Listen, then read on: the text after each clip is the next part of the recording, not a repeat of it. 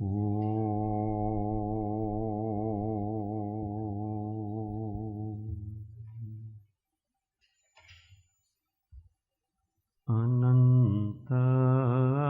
અનંત ભાવ ભેદથી ભરેલી ભલી અનંત અનંત નાય નિક્ષેપે વ્યાખ્યાની છે. સકલ જગત હિત કારિણી હારિણી મોહ તારિણી ભવાબ્ધિ મોક્ષ ચારિણી પ્રમાણી છે. ઉપમા આપ્યાની જેને તમારા ખવી તે વ્યર્થ આપવાથી નિજ મતિ માપાઈ મેં માની છે. અહો રાજ ચંદ્ર બાળ ખ્યાલ નથી પામતાય જીનેશ્વર તાણી જાણી તેણે જાણી છે. ગુરુ રાજ તાણી વાણી જાણી તેણે જાણી છે. અણમયુણ સૌ સિદ્ધે જાણુત્તમ કવિદદીહ સંસારે દસ દસ દો દોય જીણે દસ દો અણપેહણમ વોચ્છે.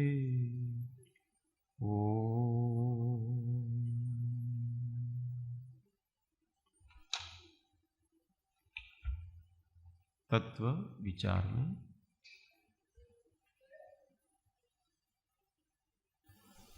अन्यत्व भावना बराबर. कई भावना चाले छे એટલે કઈ ગાથા 21 થઈ ને 21 થઈ એટલે ગાથા 22.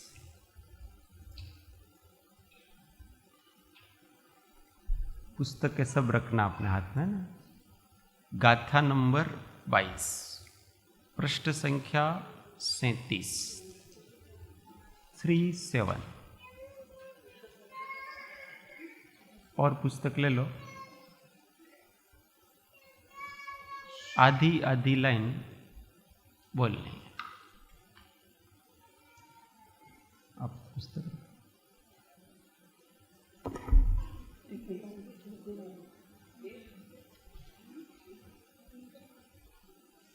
पृष्ठ संख्या 37. अन्नो अन्नम सोयदी अन्नो अन्नं सोयदी मदोत्तिममणाः गोत्तिमन्नन्तो मदोत्तिममणाः गोत्तिमन्नतो अप्पाणं नहुः सोयदी अपाणं नौ सोयदी संसारमहर्णवे बुड्ढम् संसारमहण्णवे बुड्ढम् अन्नो अन्नं सोयदी अन्नो अन्नं सोयदी मदोत्तिममणाः गोत्तिमन्नतो मदोत्तिममणाः गोत्तिमन्नन्तो अप्पाणं नहुः सोयदी अप्पाणं नौ सोयदी संसारमहर्णवे बुड्ढम् संसारमहण्णवे बुड्ढम्. सब साथ में. अन्नो अन्नं सोयदी मदोत्तिममणाः गोत्तिमन्नतो अप्पाणं नौ सोयदी संसारमहण्णवे बुड्ढम्. फिर से। अन्नो अन्नं सो यदि मदोत्तिममणागोत्तिमन्नन्तो अप्पाणं नौ सो यदि संसारमहन्नवे बुद्धम्। हिंदी पद्यानुवाद, एक लाइन यहां से, एक लाइन सब साथ में।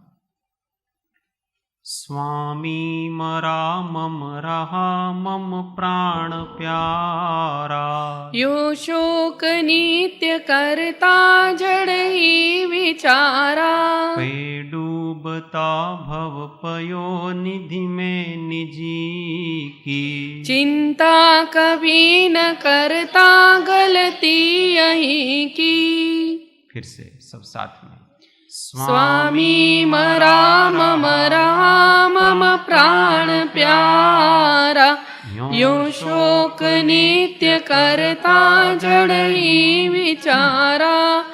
पे डूबता भव पयो निधि में निजी का, चिंता कभी न करता गलती यही की। गुजराती सौ साथी। नहीं सोच तो संसार मां डूबेल प्राणी, आत्मने परनी करे चिंताए मारो, स्वामीनो एम मानीने परनी करे चिंताए मारो, स्वामीनो एम मानीने। अर्थ,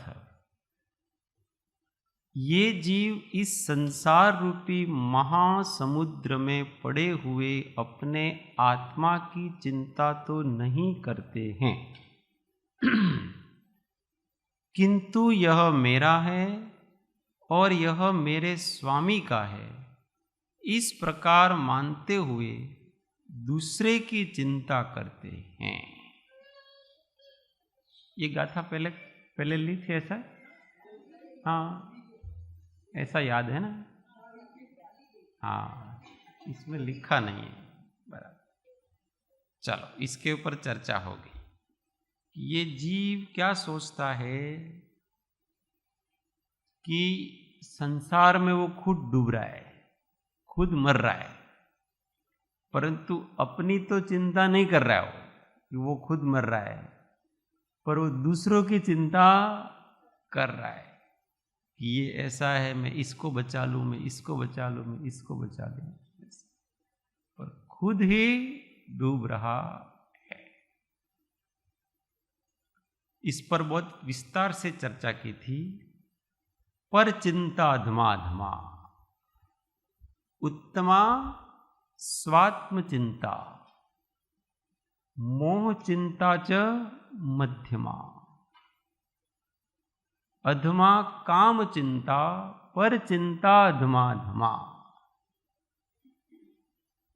उत्तमा स्वात्म चिंता, उत्तम व्यक्ति है वो अपनी चिंता करता है। अपनी चिंता करता है मतलब किसकी चिंता करता है? आत्मा की। अपनी का मतलब शरीर की नहीं।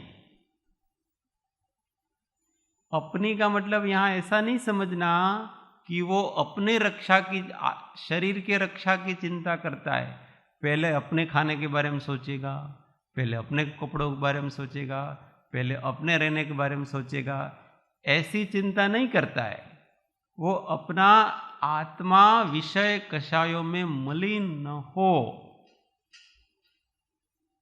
आत्मा में अशुद्धि न आए, आत्मा में विकार न आए, आत्मा का कल्याण हो, इसकी सोचता है।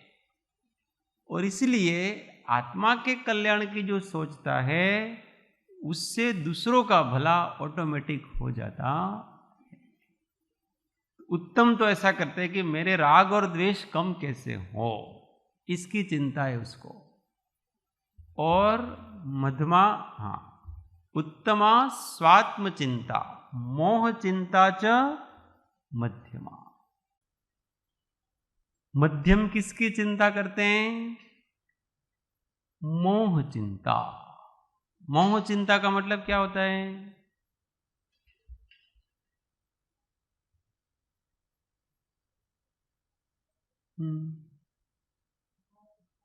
ये मेरे हैं, ये मेरे हैं, ये मेरे हैं, ऐसी चिंता करता है। हाँ। अपने मोह के, हाँ क्या बताए? हाँ, तो जो जो भी अपना है ना, उसकी चिंता करता है।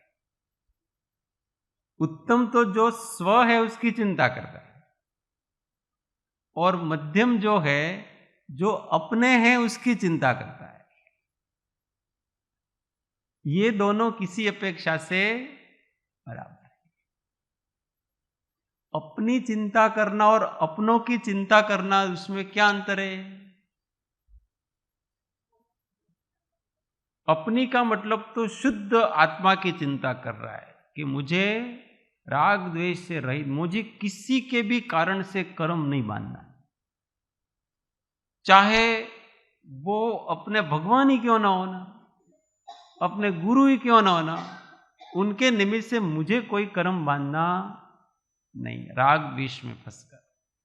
और मध्यम क्या होता है कि उनको जिसके प्रति राग है, अथवा अन्य जो भी अपने परिजन हैं अथवा अन्य हैं, उनकी चिंता करता है। मेरा परिवार बराबर चलना चाहिए, समाज बराबर चलना चाहिए, ये देश बराबर चलना चाहिए, ये संसार बराबर चलना चाहिए, सब अच्छा धर्म चलता रहना चाहिए।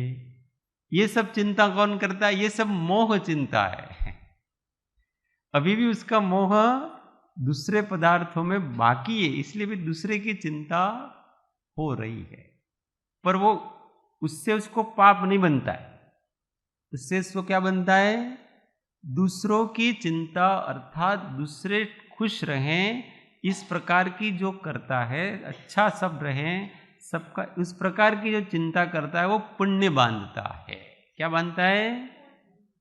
पहला है उत्तम है, वो तो निर्जरा करता है। मध्यम है वो पुण्य बांधता है। अब अधमा काम चिंता, अधम पुरुष है वो काम चिंता। काम का मतलब होता है भोगोपभोग की वस्तुएं।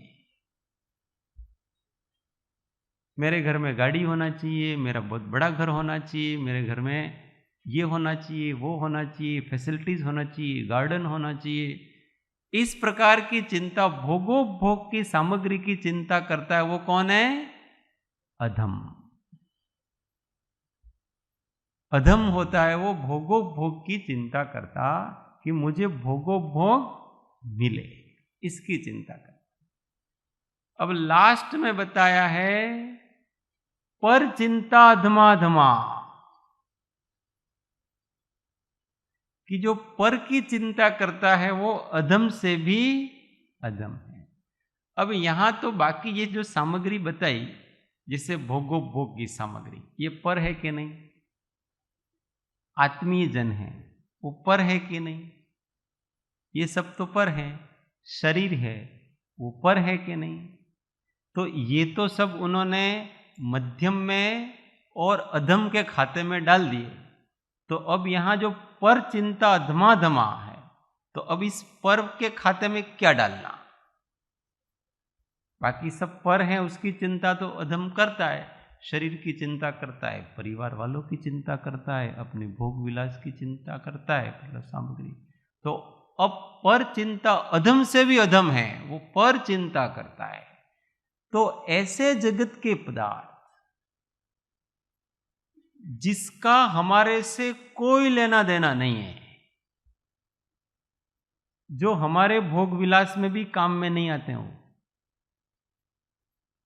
हमारा उससे दूर दूर तक कोई संबंध नहीं है, ऐसी वस्तुओं की चिंता करते रहना, काल्पनिक चिंताएं करना, वो पर चिंता कहलाता है।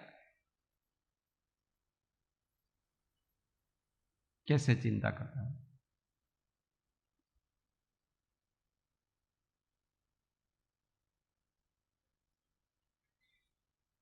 पेट्रोल से गाड़ी चलती है, चलती क्यों? डीजल से गाड़ी चलती है, वो बैठे बैठे से। पेट्रोल और डीजल बनने में कितना समय लगता है पता है आपको? कितना समय लगता है? लाखों करोड़ों वर्ष लग जाते हैं उस ईंधन को बनने में, मतलब पेट्रोल को बनने में। जो अब कोई बैठे बैठे से कि पेट्रोल जमीन में जो है, जो जिससे पेट्रोल बनता है, वो तो सीमित है। अब अपन रोज इसको निकालते हैं और निकाल करके बेचते हैं, उससे गाड़ियां चलती हैं। अब एक दिन ये पेट्रोल खत्म हो जाएगा तो ऐसा विचार आता है कि नहीं आता है? यार एक दिन ऐसा कर करके अपने पेट्रोल खत्म हो गया तो अब उसको वो चिंता खाएगी, एक दिन पेट्रोल खत्म हो जाएगा। ये पानी है ना, एक दिन खत्म हो गया तो, कभी सूर्य का प्रकाश खत्म हो गया तो, कभी बहुत ये मुंबई में बहुत बड़ी बड़ी बिल्डिंग है, भूकंप आ गया तो 50-50 माल की बिल्डिंग है वहां, और वहां देख करके वैसी चिंता होती है उसको कि किसी दिन भूकंप आ गया तो।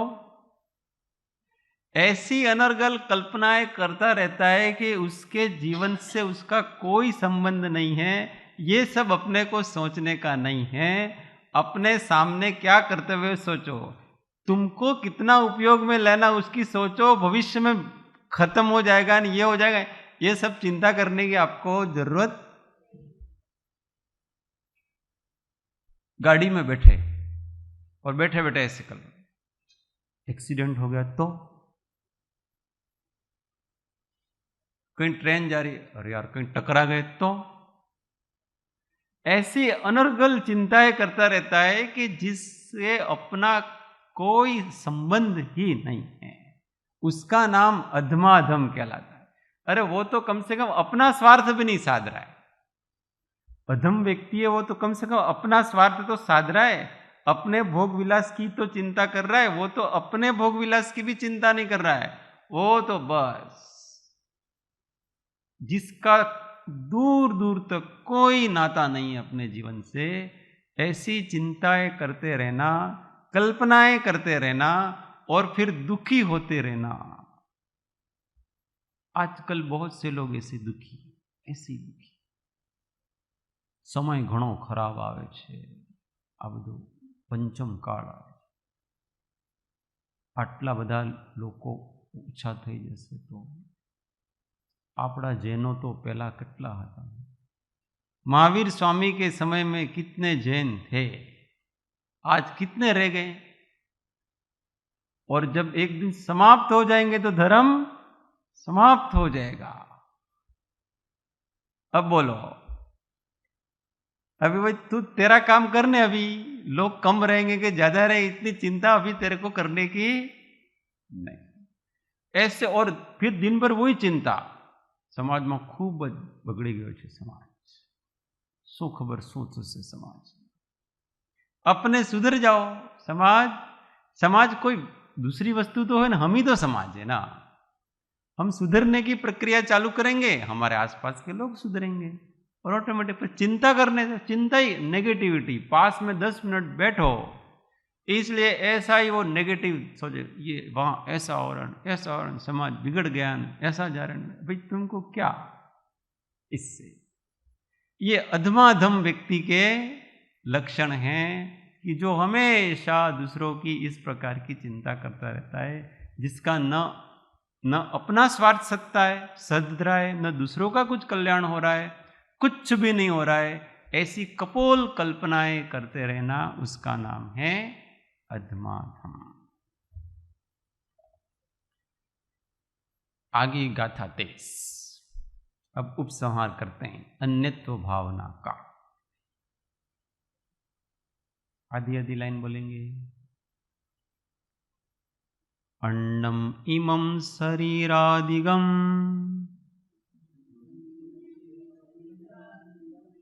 अन्नम, नरेश भाई बोलना, अब पुस्तक में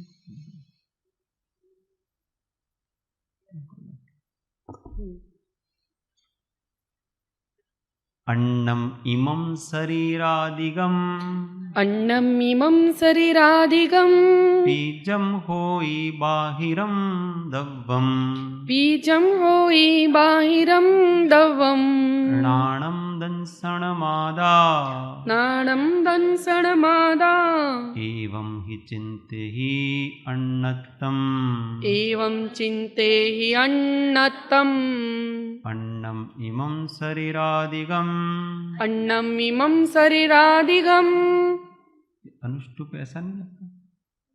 बराबर है, आर्याचंदी है।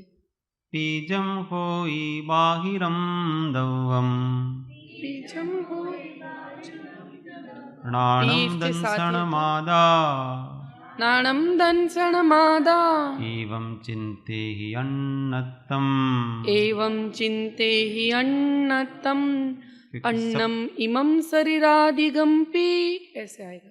नहीं, बस जो भी लास्ट है ना वो सब अनुष्टुप करते हैं। अनुष्टुप है। जितने भी लास्ट की गाथाएं है ना वो सब अनुष्टुप में है, तो वो पढ़ेंगे तो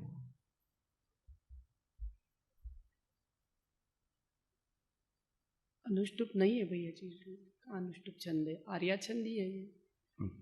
बाकी तो इतनी गाथाओं तो लास्ट सब अनुष्टुप ही था। चलो हाँ, उसमें लिखा नहीं है इसलिए वही है। चलो साथ में अन्नम इमं शरीरादिगम बीजं होई बाहिरं दव्वम नाणं दंसनमादा एवं चिन्ते हि अन्नत्तम्। सब साथ में अन्नम इमं शरीरादिगम बीजं होई बाहिरं दव्वम नाणं दंसनमादा एवं चिन्ते हि अन्नत्तम्। हिंदी में मैं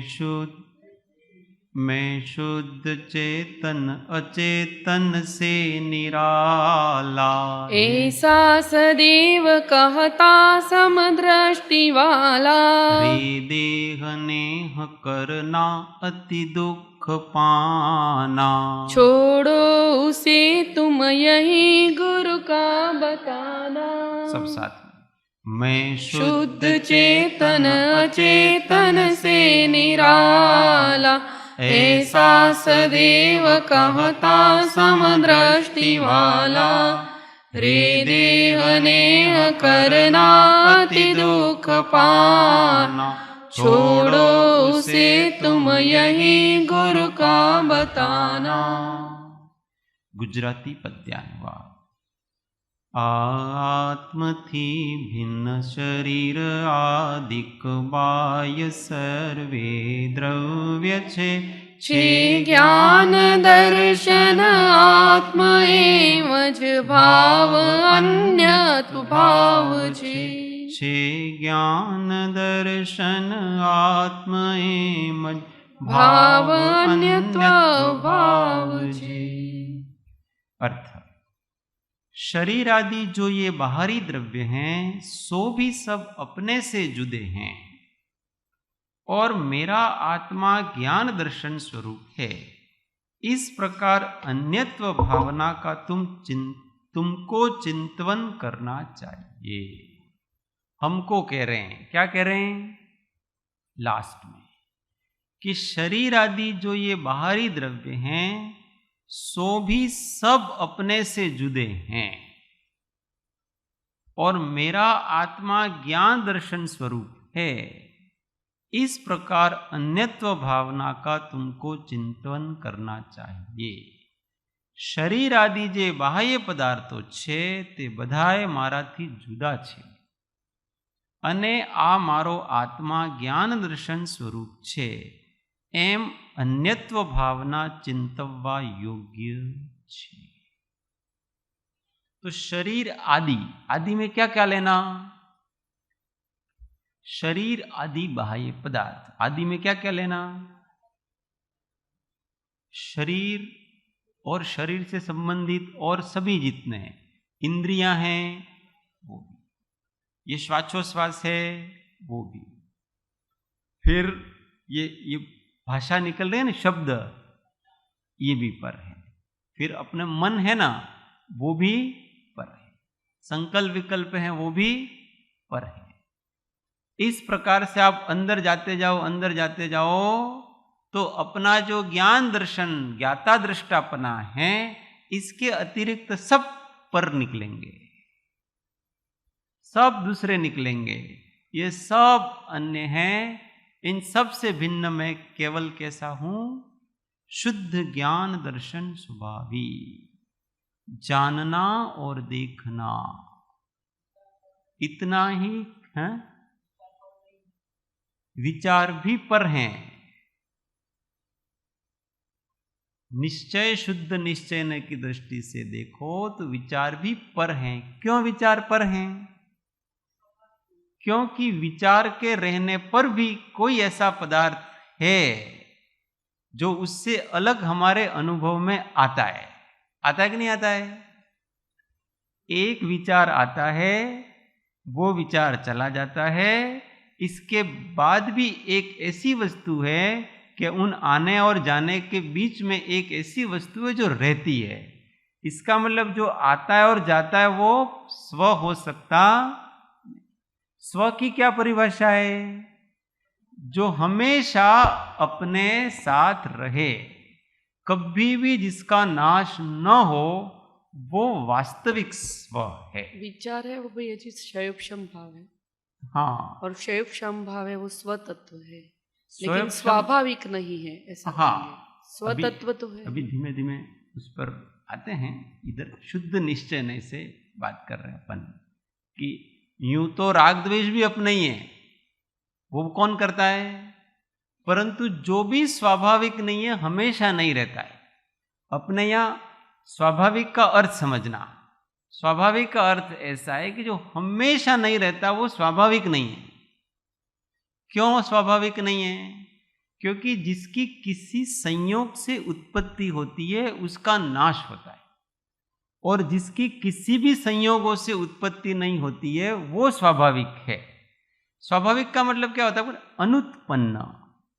अनुत्पन्न होता है वो ही अविनाशी होता है। अब ये विचार तो उत्पन्न हो रहा है, इसका मतलब इसका नाश अवश्य ही होगा, पर ये उत्पन्न कहां हो रहा है? विचार शरीर में उत्पन्न होता है कि आत्मा में? आत्मा में उत्पन्न होता है। विचार है वो ज्ञान गुण की वैभाविक पर्याय है। ज्ञान गुण की वैभाविक पर्याय। ज्ञान गुण की कितनी पर्याय हैं? अभी आगम की दृष्टि से चलेंगे। ज्ञान गुण की कितनी पर्याय हैं? सरला बेन, समता बेन, पायल बेन का।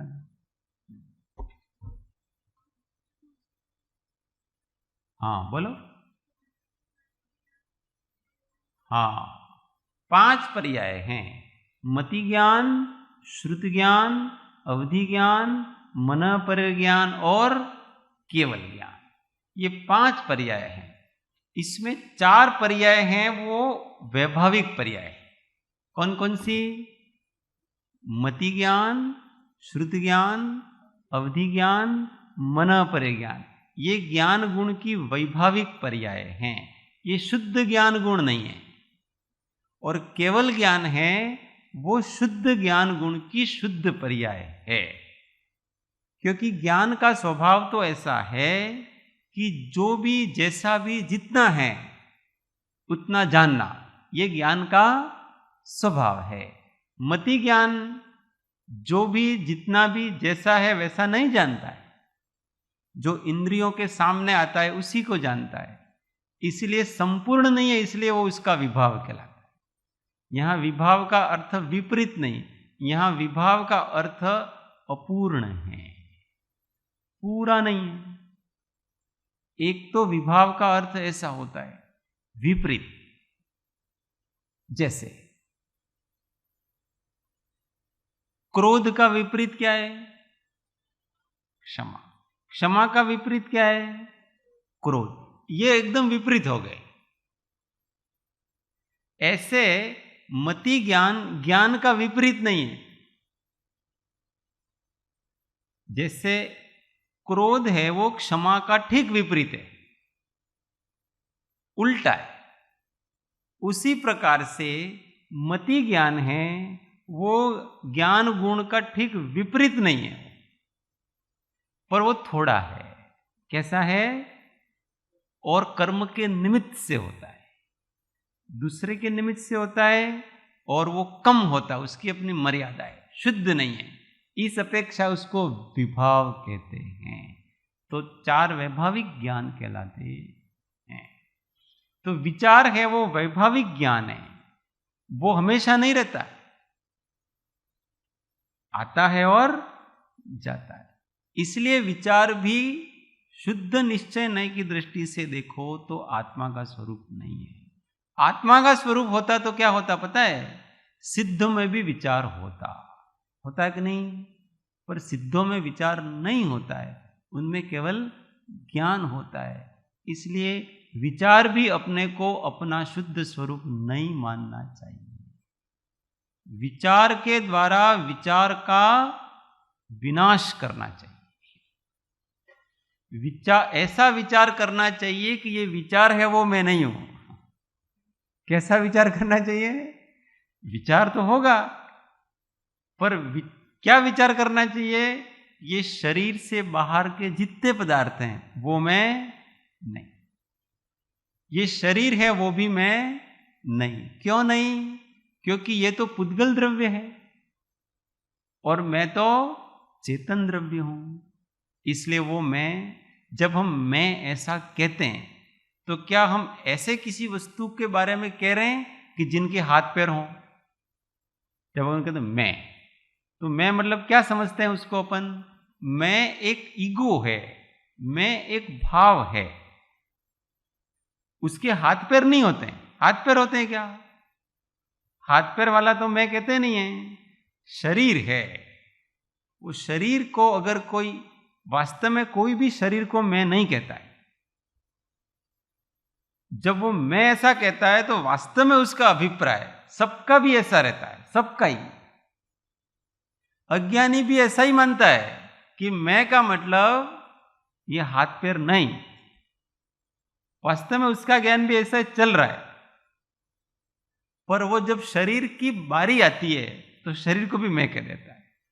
वास्तव में वो शरीर को मैं नहीं मान रहा है, परंतु जब उसकी बारी आती है तो उसको भी मैं कह देता है। पर जब कोई भी व्यक्ति ऐसा कहता है ना कि मैं यहां खड़ा हूं, तो मैं यहां खड़ा हूं तो उसका क्या अभिप्राय रहता है? वो इस शरीर से खड़ा होना नहीं कहता है, वो वास्तव में अपने अस्तित्व की दृष्टि से ही कह रहा है कि मैं वहां मौजूद था कि नहीं? तो उस सबको अलग विचारना कि शरीर में नहीं। फिर आगे चलते हैं तो ये बोलते हैं वो भी मैं नहीं। क्यों मैं नहीं? क्योंकि ये आता है और जाता है। और हम सोचते हैं, किससे सोचते हैं? सोचने का काम कौन करता है? मन करता है सोचने का काम। तो मन भी हम नहीं। क्यों? क्योंकि बिना सोच विचार के भी हम रह सकते हैं। रह सकते कि नहीं? कभी रह करके देखा है? देखो, एकेंद्रीय जीवों के मन नहीं होता है, पर वो है कि नहीं? और भगवान के भी मन नहीं होता है, तो भी वो है कि नहीं? इसका मतलब कोई जीव किसी उसके बिना रह सकता है, इसका मतलब ये इसका स्वभाव नहीं।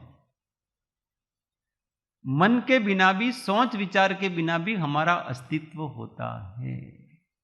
समाधि में कोई सोच विचार नहीं है। अपना ये समझो, नींद में हम सोचते नहीं है ज्यादा, अबुद्धिपूर्वक का सोचना उसको नहीं लेना। पर नींद में अपन सोचते नहीं है तो हम मर जाते हैं, रहते हैं बिना मन के। ये अभी बात की केंद्र आदि सब हैं, पर अपनी बात सोचो कि हम भी जब नींद में होते हैं तो कुछ नहीं सोचते हैं, कुछ नहीं सोचते हैं। उस समय भी हम रहते हैं कि नहीं रहते हैं? और हम ज्यादा अधिक प्रसन्न रहते हैं। ज्यादा अधिक शांत रहते हैं, ज्यादा अधिक सुखी रहते हैं। सबसे अधिक सुखी कब रहते हैं अपन? जब सोते हैं उस समय। नींद में कोई व्यक्ति ऐसा नहीं होगा कि नींद में दुखी हो। आज तक कोई ऐसा, किसी ने कहा कि मैं नींद में बहुत दुखी था, ऐसा कहा किसी ने? कितने भी दुख हो अपने, परंतु हमको अगर नींद आ जाती है ना, तो वो सारे दुख समाप्त हो जाते हैं। क्यों पता है? क्योंकि सारे दुखों की जड़ ये मन है, सारे दुखों की जड़ ये सोच विचार है, और वहां वो मन है वो शांत हो जाता है। और हम जैसे ही उठते हैं और सामने सोच विचार की सामग्री आ जाती है, आती कि नहीं आती? जैसे अपन किसी से गुस्सा होकर के सो गए, और जब तक हम सोते रहते हैं तब तक वो व्यक्ति वहां नींद में तो सामने है नहीं अपने, इसलिए उसके संबंधी कोई विकल्प नहीं है। और जैसे ही हम उठे और वो व्यक्ति जैसे ही सामने और वापस गुस्सा, क्यों? बस वो किसी को हम देखते हैं तो हमारा मन सक्रिय हो जाता है, और नींद में हम किसी को नहीं देखते तो मन सक्रिय नहीं रहता है। मन सक्रिय नहीं रहता है इसलिए वो संकल्प विकल्प नहीं होते हैं, संकल्प विकल्प नहीं होते हैं इसलिए वहां शांति रहती है। इसलिए सबको सोते रहना चाहिए, ऐसा ना? इसका मतलब सबको सोते रहना ऐसा नहीं है, पर यह वस्तु ये बताती है कि अगर मन सुषुप्त है तब भी अगर जीव को शांति मिलती है, तो अगर जागृति पूर्वक हमारे विकल्प न हो तो कितना आनंद मिलेगा। ये अज्ञान समाधि कहलाती है। सुषुप्त अवस्था में जो निद्रा में जो समाधि होती है ना, वो भी समाधि ही है, क्योंकि बुद्धिपूर्वक के विकल्प वहां पर नहीं है, और इसलिए वहां सुख है। क्योंकि जहां भी विकल्प कम होंगे वहां सुख होगा, ये सिद्धांत है। अब अगर हम हमेशा तो सो नहीं सकते, हमेशा नींद भी नहीं आती, जागते ही रहेंगे, और सोते समय हमारी चेतना भी सुषुप्त हो जाती है उस मन के साथ, इसलिए अबुद्धिपूर्वक कर्मबंध भी होता रहता है। इसलिए हम जागते हुए भी मन रहित हो जाएं तो हम सुखी हो सकते हैं। मन रहित हो जाने का क्या मतलब है? कि ज्यादा हम सोचे नहीं किसी के बारे में, हम अपने काम से काम रखें, और किसी भी वस्तु को केवल ना जान लें, सोचे नहीं। हम क्या सोचते हैं, जानते नहीं। ये खुले बाल रख करके क्यों आई,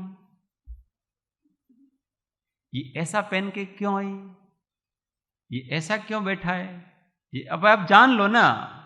इसके बाल खुले हैं, इसके बाल खुले नहीं, इसने ये पहना है, उसने ये पहना है, ऐसा जान लो ना। आपको सोचने की कहां जरूरत है इसमें? और जैसे ही हम सोचेंगे और हमारे विकल्प चालू। समझ में आ रहा है बात? कि हम हमेशा प्रसन्न कैसे रह सकते हैं? सोचो मत, केवल जान लो उसको, ज्यादा विचार मत करो किसी के बारे में। ऐसे क्यों हो गया, इसको ऐसा नहीं करना चाहिए। ये देखो बैठे बैठे स्वाध्याय में भी सोते रहते हैं। सोचो, अब भाई जो केवल उसको ऐसा ये सो रहा है, बस क्या कर रहा है? अब कोई व्यक्ति आ रहा है, फिर कोई जा रहा है, हमको क्या करना? इसको कोई तमीज ही नहीं है। स्वाध्याय में उठ के चला जाता है, फिर मर्जी आए तब आता है, फिर वापस चला जाता है, फिर आता है। गुस्सा आता है कि नहीं? गुस्सा आता है कि नहीं? क्यों पता है? हम सोचते हैं उसके बारे में।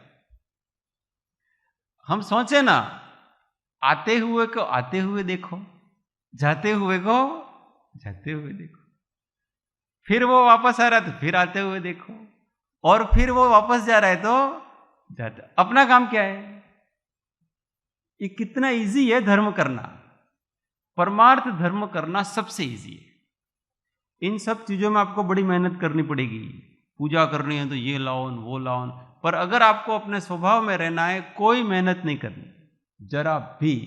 इसलिए मोक्ष बहुत सुगम है, क्योंकि उसमें केवल क्या करना है, ये आचार्य महाराज वही तो बता रहे हैं कि अपना स्वरूप क्या है, ये बाकी तो सब अन्य है और मैं कौन हूं, ज्ञान दर्शन स्वरूप हूं। मेरा ज्ञान दर्शन का मतलब केवल जानो, ज्यादा सोचो मत, ज्यादा कुछ करो मत, जानते रहो सामने कर्तव्य है उसको, दूसरे के बारे में कोई विकल्प मत करो। सरल है ना, आपको कुछ नहीं, कोई प्रश्न ही नहीं रहेगा ना। है क्या हो रहा है,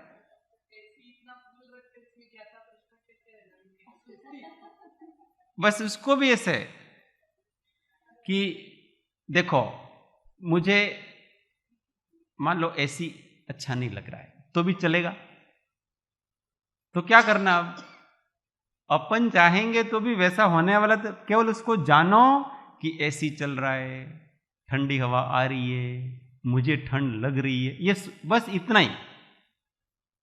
अच्छा बुरा मत करो, सहन शक्ति नहीं, उसके बारे में सोचो कि मेरे अंदर सहन शक्ति नहीं है और मेरा शरीर इधर उधर हो रहा है, इसको भी आप केवल देखो। हर चीज को है ना आप केवल जानने का प्रयत्न करो कि ये सब हो रहा है और मेरे ज्ञान में आ रहा है। देखो ये मैं अपसेट हो रहा हूं, अपना ही अपना दृष्टा बनने का प्रयत्न करो। देखो ये आया क्रोध, देखो उसको बड़ी बारीकी से, अभी ये किसी के ऊपर बरसेगा, अंदर आ रहा है और किसी के ऊपर अभी बरसेगा, और अपने अलग ही रहो उससे और उसको देखते रहो, मजे लो उसका। अपने विकार भाव आते हैं कभी कभी, उनके भी मजे लिया करो आप तो, क्योंकि ये हंसी ही मात्र है और कुछ नहीं है, नाटक ही मात्र है। देखो कर्म का उदय आया और कैसा नाटक कर रहा है, देखो मैं किसी को कितना डांट रहा हूं, किसी को क्या कर रहा हूं। खाते समय भी अपने को ऐसे विचार करना चाहिए कि केवल हम जान रहे हैं इन सब प्रक्रिया को, हाथ उठ रहा है, ये हो रहा है, वो हो रहा है, और अंदर जो मूड मोही जीव है ना, वो मोही जीव क्या कर रहा है, खाने की इच्छा करता है। वास्तव में अपना स्वभाव नहीं है खाने का, अपना स्वभाव खाने की इच्छा हुई उसको जानने का है, खाने का नहीं है। परंतु उससे सहन नहीं हो रहा है, सहन नहीं हो रहा है तो क्या करना, उसको बड़ी बारीकी से जानो, ये हो रहा है, ये हो रहा है, ये हो रहा है। आप ये प्रयोग करो, थोड़े दिन अगर ये प्रयोग करेंगे ना अपन, निश्चित रूप से सारी कषाय ऑटोमेटिक चली जाएगी।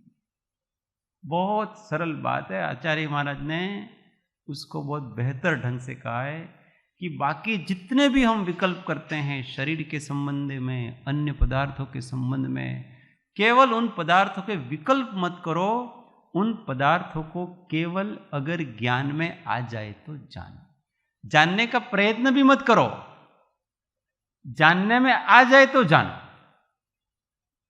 बहुत अधिक किसी के बारे में जानने का प्रयत्न भी मत करो,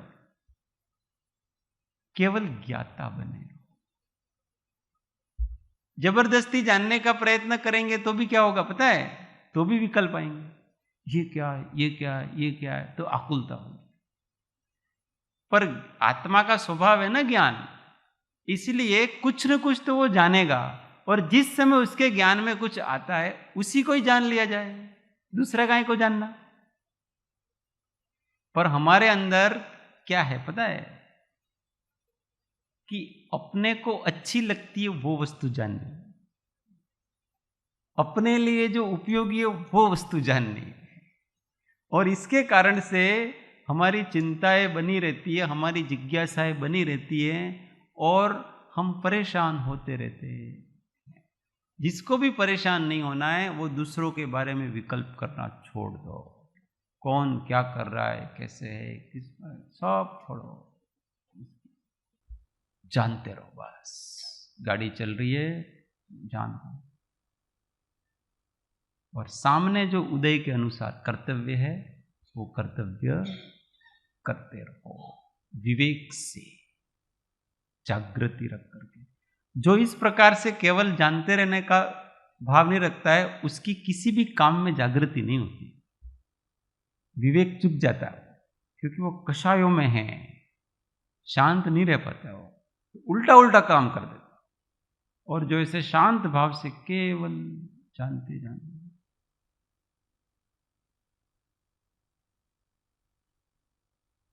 तो ये अन्यत्व भावना है, अन्य के विकल्प नहीं करना, इसका नाम अन्यत्व भावना का सार है। समस्त संकल्प विकल्प से रहित होकर के हमेशा शांत ज्ञाता बने रहने का अभ्यास करना चाहिए।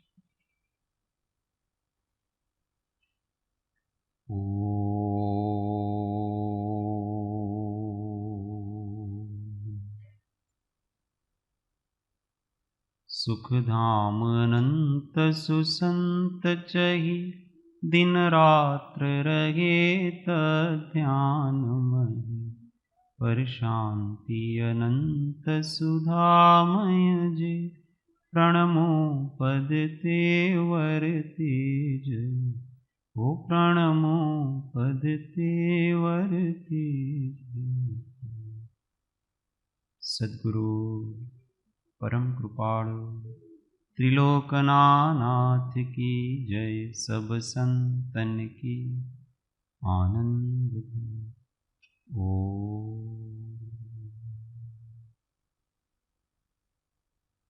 1 मिनट मौन शांत। ओम